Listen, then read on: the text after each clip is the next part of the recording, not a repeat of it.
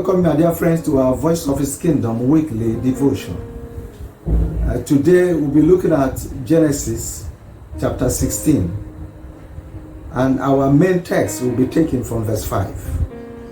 Let's read the text together. Then Sarai said to Abram, "You are responsible for the wrong I am suffering. I put my servant in your arms, and now that she knows she's pregnant, she despises me.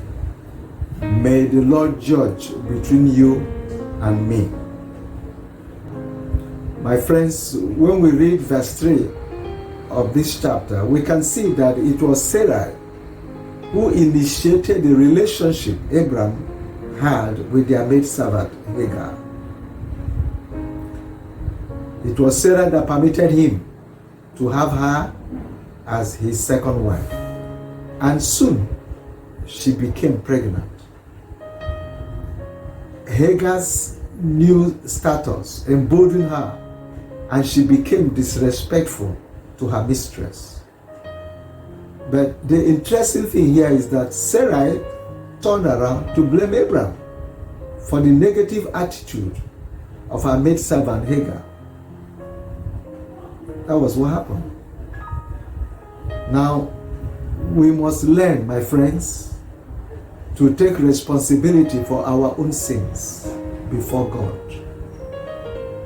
It's easy to make others scapegoats, but what God requires is that we own up to our sins and seek forgiveness.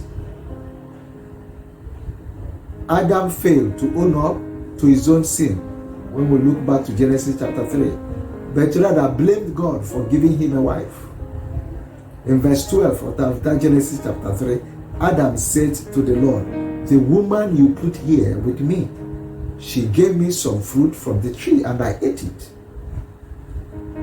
But note that Adam ate the fruit on his own volition, against the commands of God. He knew what he was doing, but failed to acknowledge his sin before God.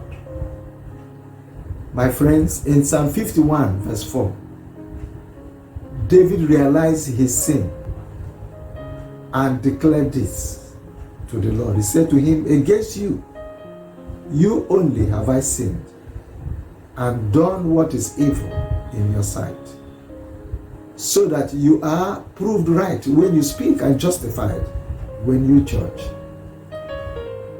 What David did here, after he sinned against God by committing adultery against the wife of Uriah, is exactly what God requires of us.